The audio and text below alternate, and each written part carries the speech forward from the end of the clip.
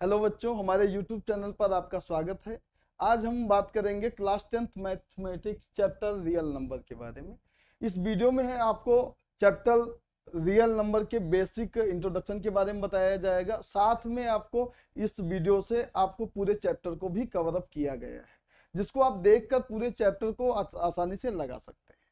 उसके बाद में भी जो नेक्स्ट वीडियो आपका आएगा उसमें हम हर एक एक्सरसाइज को भी कवर करेंगे। तो बात करते हैं सबसे पहले रियल नंबर के बारे में। जैसा कि आपने रियल नंबर के बारे में क्लास 9th में भी पढ़ा होगा कि रियल नंबर क्या होते हैं।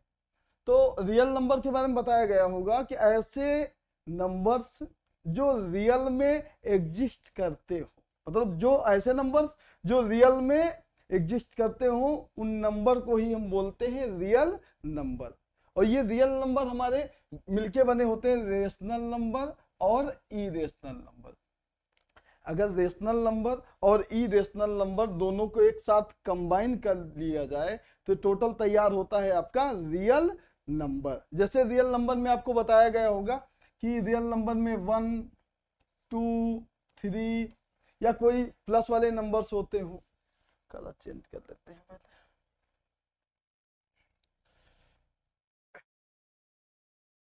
प्लस में कोई नंबर्स दिए हो जिनको हम बोलते हैं नेचुरल नंबर, या आपके कोई डेसिमल नंबर दिए हो 2.5, 3.55, या आपके कोई निगेटिव नंबर दिए हो -1, -3, या आपका 0 हो, रूट में कोई नंबर गिवन हो या पाई गिवन हो।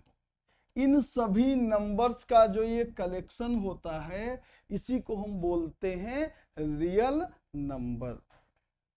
इसमें से कुछ नंबर आपके रेशनल नंबर होंगे और कुछ क्या होंगे, इरेशनल नंबर होंगे। इन दोनों को अगर हम एक साथ कंबाइन कर देंगे तो आपका तैयार हो जाता है रियल नंबर।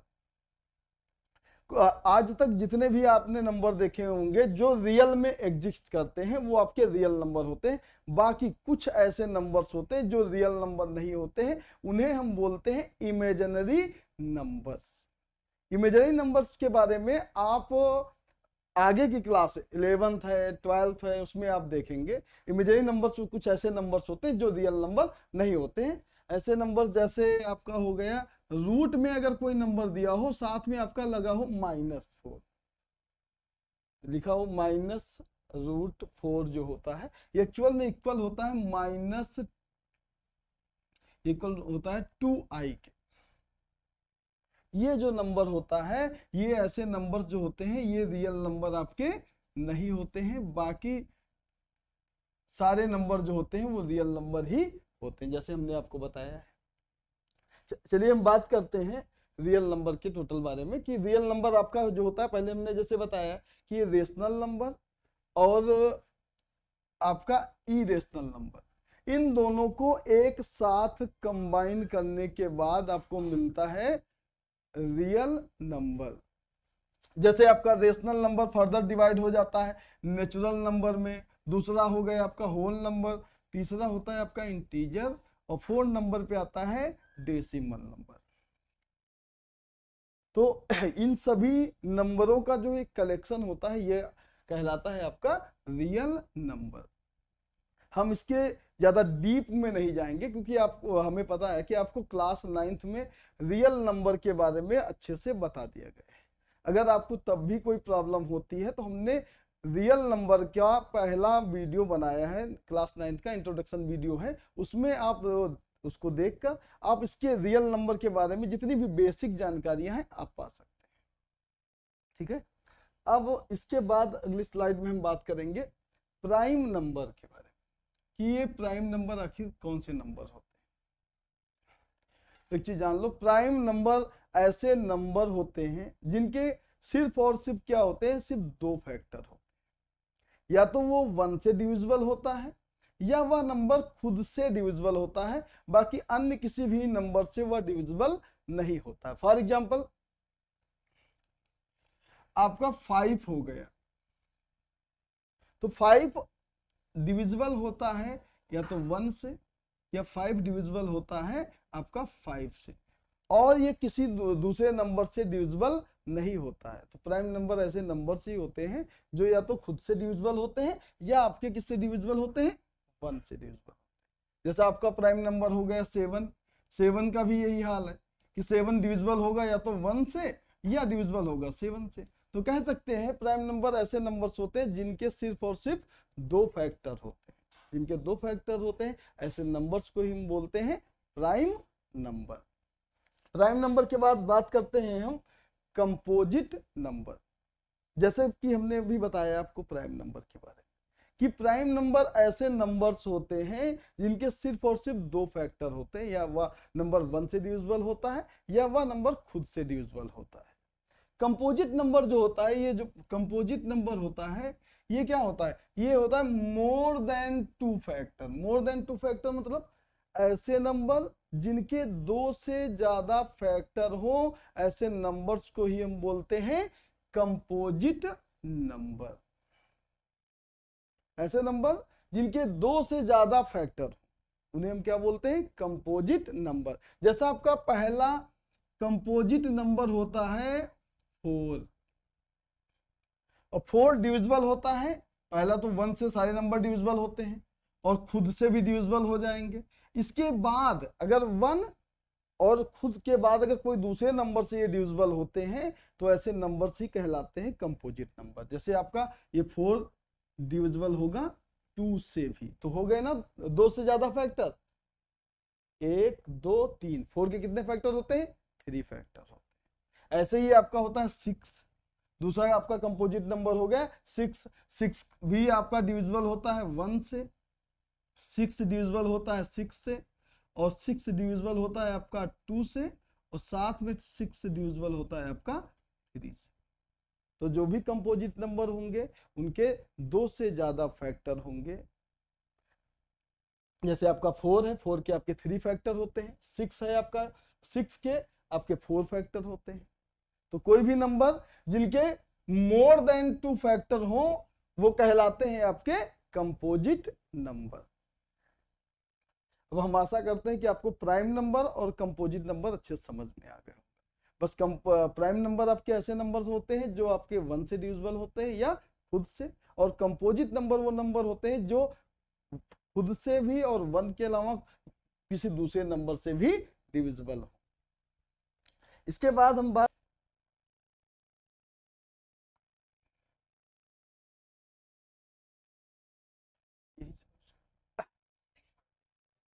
अब नेक्स्ट, हाँ नेक्स्ट हम पढ़ते हैं फंडामेंटल थ्योरम ऑफ, सॉरी गलत हो गया, आगे नहीं,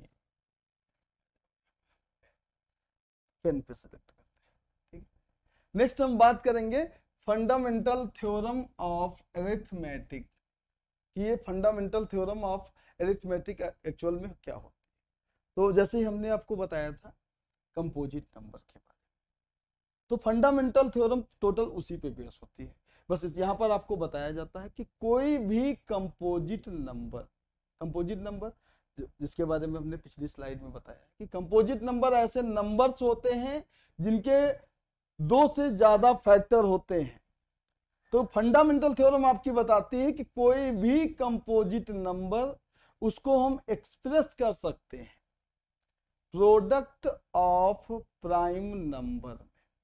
किसमें कंपोजिट, फंडामेंटल थ्योरम आपकी क्या बताती है कि कोई भी कंपोजिट नंबर जिसको हम प्रोडक्ट ऑफ प्राइम नंबर में एक्सप्रेस कर सकते हैं एक यूनिक वे में, उसी को हम कहते हैं फंडामेंटल थ्योरम ऑफ अरिथमेटिक। तो फंडामेंटल थ्योरम ऑफ अरिथमेटिक क्या बताती है कि कोई भी कंपोजिट नंबर, तो उसके अगर हम प्राइम फैक्टर करें तो प्राइम फैक्टर करने के बाद उन प्राइम फैक्टर को प्रोडक्ट ऑफ प्राइम नंबर में लिख सकते हैं एक यूनिक वे में। जैसे आपका एक कंपोजिट नंबर हम लेते हैं 12 और 12 के हम कर दें प्राइम फैक्टर, तो 12 के अगर आप प्राइम फैक्टर करेंगे तो 12 के प्राइम फैक्टर हो जाएंगे, ये डिविजिबल होगा आपका 2 से, फिर 2 3 जा 6 और इसके बाद 3 1 जा 3, तो हम 12 को लिख सकते हैं 2 इंटू 2 इंटू 3। बस फंडामेंटल थ्योरम आपको यही क्लियर करती है कि कोई भी कंपोजिट नंबर होगा तो उस कंपोजिट नंबर को प्रोडक्ट ऑफ प्राइम नंबर में लिख सकते हैं। जैसे आपके इस 12 के प्राइम नंबर कौन कौन से थे, 2, 2 और 3, तो इस 12 को हमने लिख दिया 2 इंटू 2 इंटू 3। या हम एक चीज और कह सकते हैं कि कोई भी कंपोजिट नंबर को product of prime number, product of power of prime number, मतलब इसको हम पावर में भी लिख सकते हैं। जैसे 2 आपका 2 टाइम्स आया तो इसको लिख सकते हैं 2 की पावर 2 इंटू 3। ऐसे ही अगर हम करते हैं 18 के प्राइम फैक्टर, ये भी एक आपका क्या है कंपोजिट नंबर, 18 के प्राइम फैक्टर करेंगे तो आएगा 18 डिविजिबल होगा आपका 2 से, 2 9 जा, फिर 9 होगा आपका 3 से, 3 बन जा।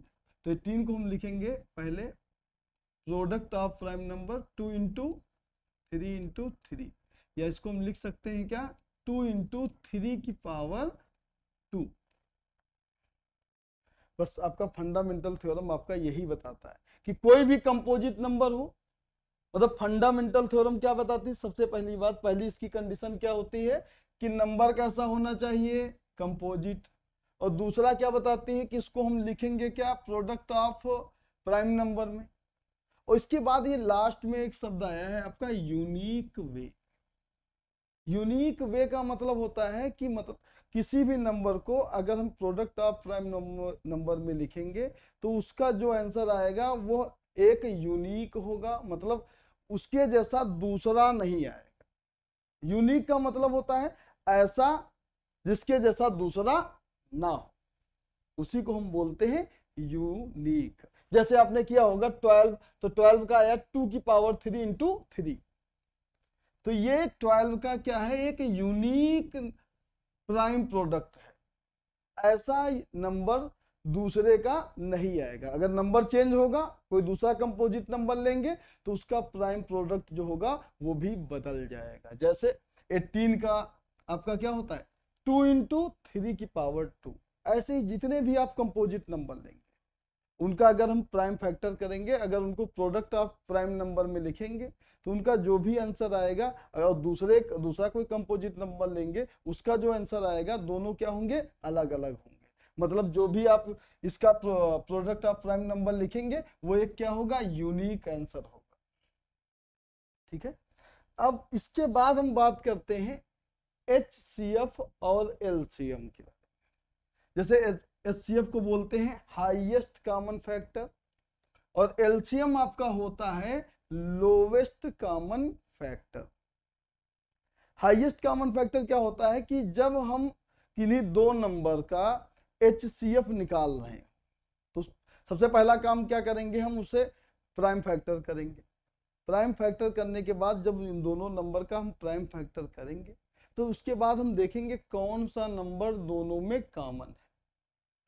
कॉमन होने के बाद फिर उसमें हम देखेंगे कि जो कॉमन नंबर है उसकी लोवेस्ट पावर क्या है। अगर लोवेस्ट पावर जो होगी, जैसे मान लेते हैं फॉर एग्जांपल ले लेते हैं कि कोई आपका एक नंबर था, एक वेरिएबल लेके पहले हम लेट करते हैं, उसके बाद आपको नंबर्स में समझाएंगे। वेरिएबल लेके समझाएंगे आप जल्दी समझ जाएंगे, इसलिए पहले आपको हम बताते हैं वेरिएबल लेके। जैसे एक एग्जांपल लेते हैं कि एक नंबर था आपका x की पावर 3 और y की पावर 2, और दूसरा नंबर है आपका x y की पावर 3। इन दोनों नंबर का हमें निकालना हो HCF। अगर हमें इनका HCF निकालना हो, क्योंकि कोई भी वेरिएबल होता है ये पहले ही प्रोडक्ट ऑफ प्राइम नंबर में लिखे होते हैं तो उनको कॉल करने की कोई जरूरत नहीं है।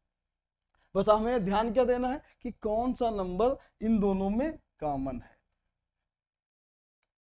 जैसे यहां पर देखेंगे x है और यहां पर भी देखेंगे x है, और यहां पर y भी कॉमन है आपका, यहां पर भी y है और यहां पर भी y है। इसके बाद पहले हमने बताया था, पहले स्टेप में आपको क्या ध्यान देना है कि कौन सा नंबर इन दोनों में कॉमन है। तो पहले हमने देखा x यहां पर भी है और x यहां पर भी है। उसके बाद आपको क्या देखना है कि उस x की जो लोवेस्ट पावर होगी वही आपका हो जाएगा HCF। तो यहाँ पर x की पावर 3 है और यहाँ x की पावर 1 है, तो लोवेस्ट पावर हो जाएगी x की पावर 1, तो ये यहाँ पर हो जाएगा x। और y का ऐसे ही देख लेते हैं, y की पावर 2 है, यहाँ y की पावर 3 है, तो लोवेस्ट पावर हो जाएगी y की पावर 2, तो यहाँ पर लिख देंगे y की पावर 2।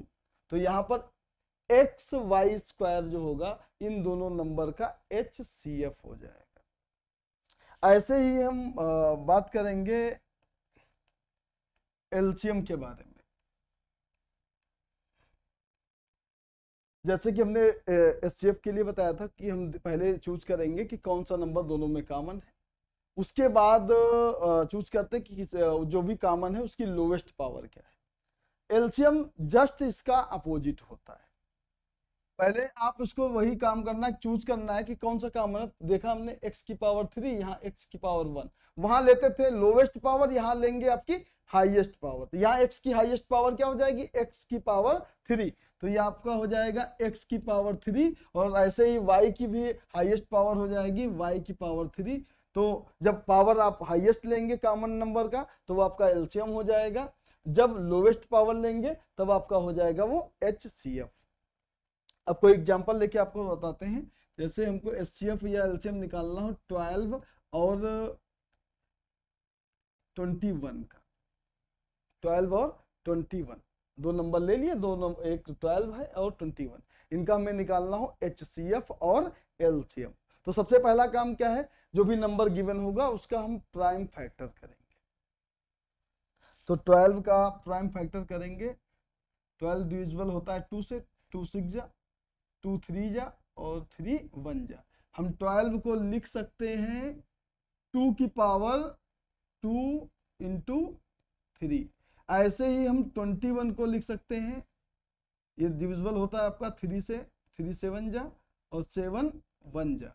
21 इक्वल टू हो जाएगा 3 इंटू 7। जब HCF की बात करेंगे, इन दोनों का जो HCF होगा 12 और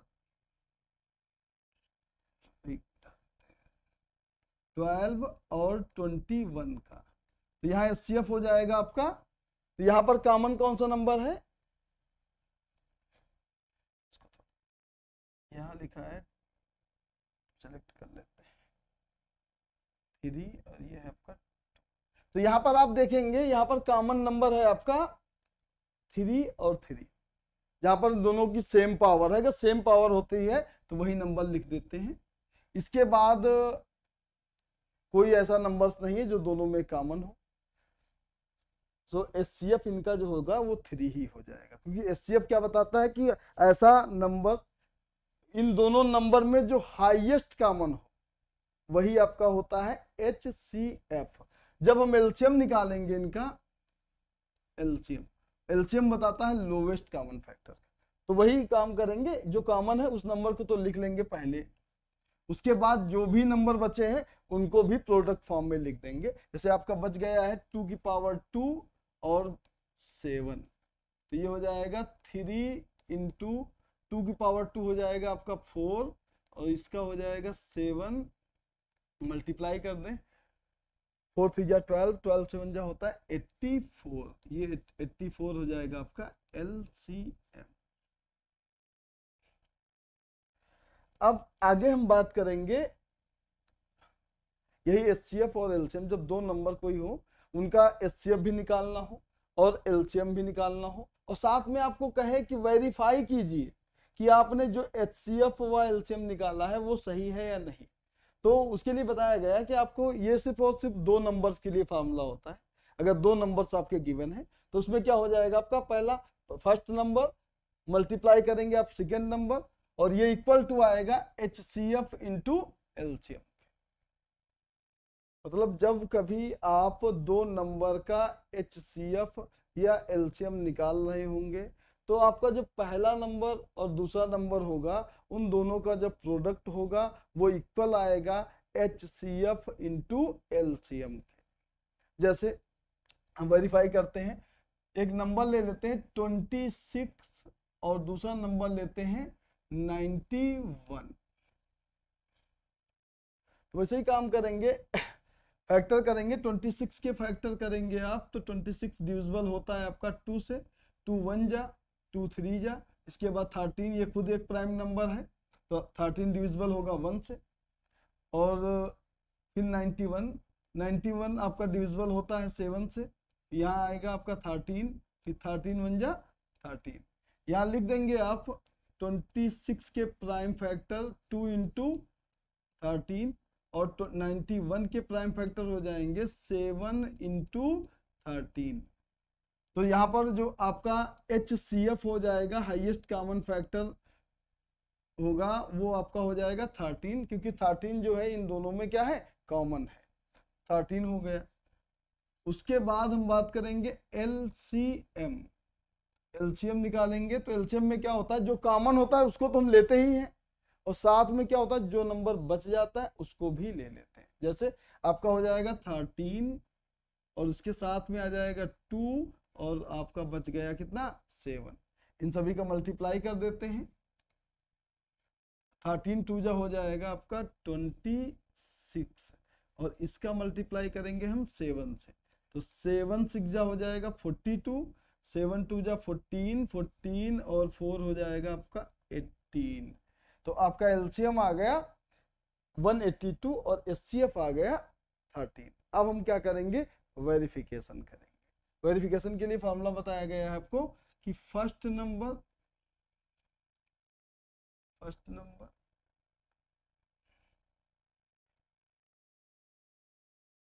और इसका मल्टीप्लाई करेंगे आप सेकेंड नंबर के साथ, सेकेंड, और ये इक्वल होगा आपका HCF इंटू LCM।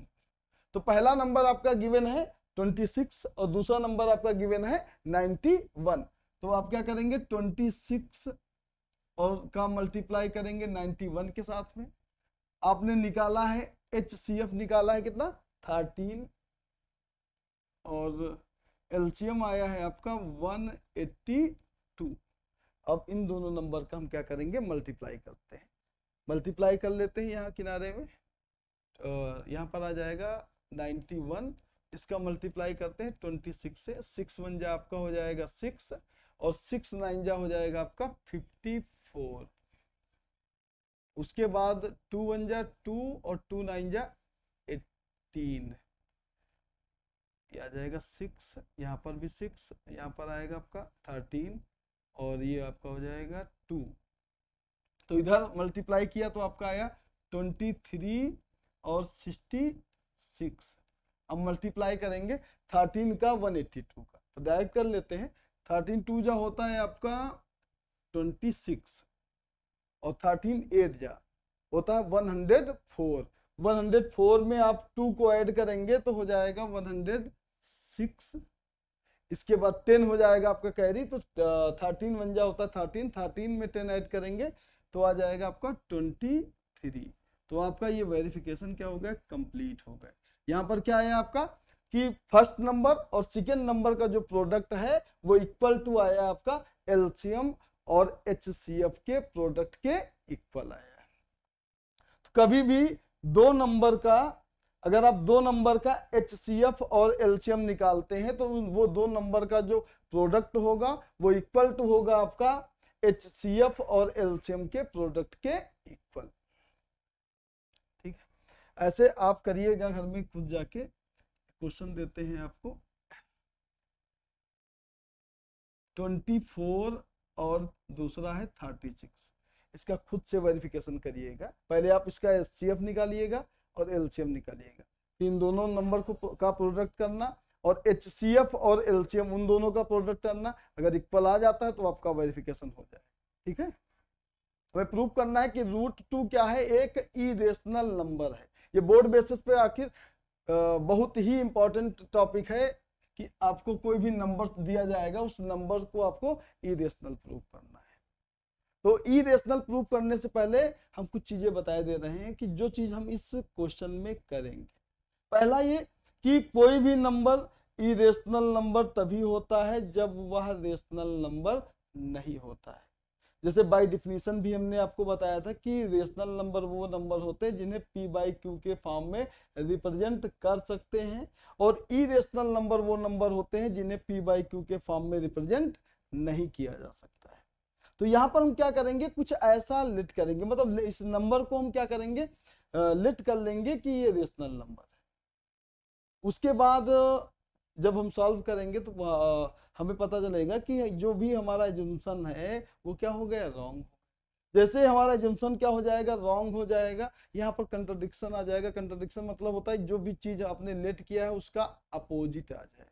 अपोजिट आ जाएगा मतलब हमने लेट किया था कि √2 क्या है, एक रेशनल नंबर है, और जो भी हमने दिखाया प्रूफ करके, तो वहां पर पता चलता है कि जो चीज हम लेके चल रहे हैं वो सब चीजें क्या हो गई, रॉन्ग हो गई। तो जैसे ही कंट्राडिक्शन आएगा तुरंत आपका वो √2 होगा, वो रेशनल ना होके क्या हो जाएगा, इरेशनल हो जाएगा।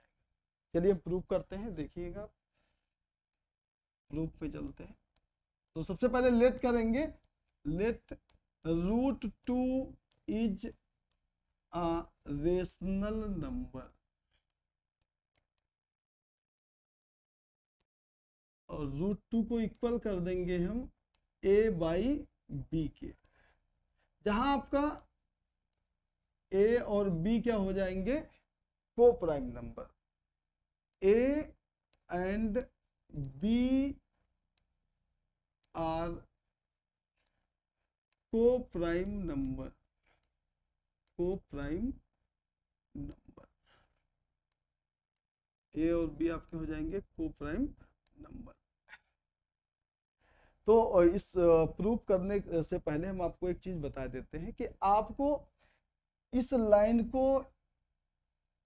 माइंड में रखना है कि ये को प्राइम नंबर एक्चुअल में होते क्या। जैसे हमने लेट कर लिया कि a√2 क्या है, एक रेशनल नंबर है, और यहाँ लिख दिया हमने √2 equal to a by B. इसके बाद हमने ये लाइन क्यों लिखी कि a और b क्या है, को प्राइम नंबर, क्योंकि ये जो लाइन है यही लाइन ही इस प्रूफ को दिखाएगी कि √2 क्या है, एक इरेशनल नंबर। तो इसको ध्यान दीजिएगा। वैसे आपको पता होगा कि को प्राइम नंबर ऐसे नंबर्स होते हैं जिनका कोई भी कॉमन फैक्टर नहीं होता है, मतलब ऐसे नंबर जिनका कोई भी कॉमन फैक्टर ना हो, ऐसे नंबर्स को ही हम बोलते हैं को प्राइम नंबर।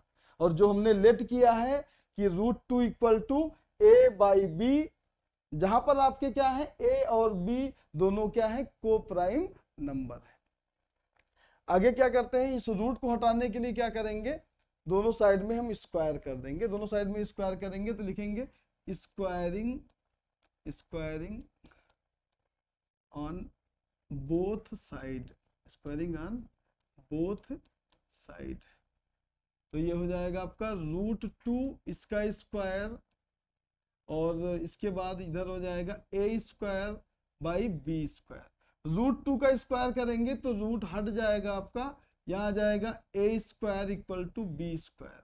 अगर ऐसा है तो इसको हम क्रॉस मल्टीप्लाई करके लिख सकते हैं 2b square equal to a square, या यहाँ से हम लिख सकते हैं b square equal to a square by 2। अगर b square equal to a square by 2 है, इसका मतलब ये होगा कि a square is divisible by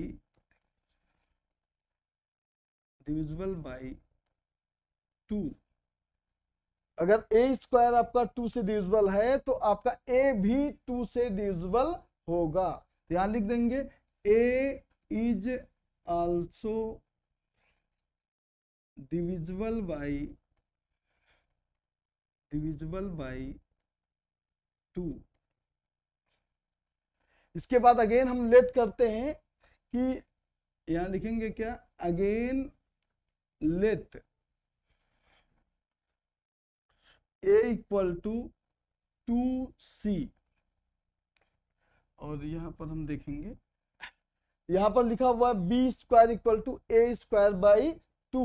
यहां पर हम लिख देंगे a की जगह पर लिखेंगे 2c, तो आपका हो जाएगा b square equal to 2c इसका स्क्वायर, और इसके अपान में हो जाएगा आपका 2। तो ये आपका हो जाएगा 4c² / 2। यहाँ 2 को 4 से कट कर देंगे तो आ जाएगा 2c, 2 2 या 4, तो आपका हो जाएगा b² = 2c²। ये हम लिख सकते हैं इसको c² = b²/2।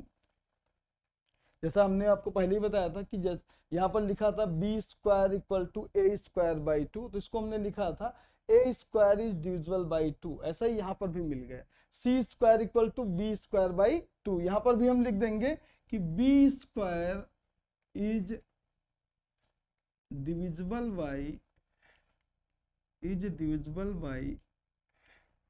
2। therefore b is also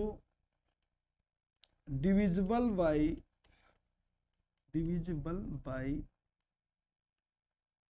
2। अब यहीं पर आपका कंट्राडिक्शन एराइजन हो जाता है कि यहां पर हमने लेट किया था कि a और b क्या है, को prime number. Coprime number ऐसे नंबर होते हैं जो जिनका कोई कॉमन फैक्टर नहीं होता है, लेकिन यहाँ पर हमने देखा कि a का भी कॉमन फैक्टर क्या है 2 और b का भी कॉमन फैक्टर क्या है 2 है। मतलब a और b दोनों का कॉमन फैक्टर आ गया 2। इसका मतलब a और b आपके क्या हो जाएंगे, को प्राइम नंबर नहीं रहेंगे। मतलब यहां लिख देंगे हम दिस कंट्राडिक्शन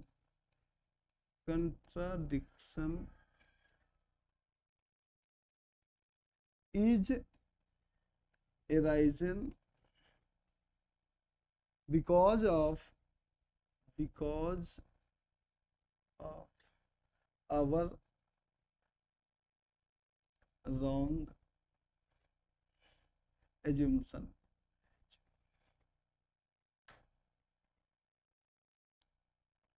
ये कंट्राडिक्शन क्यों हुआ, क्योंकि जो भी हमने एज्यूम किया था वो क्या था, रॉन्ग हो गया। मतलब हमने एज्यूम किया था कि √2 क्या है, एक रेशनल नंबर।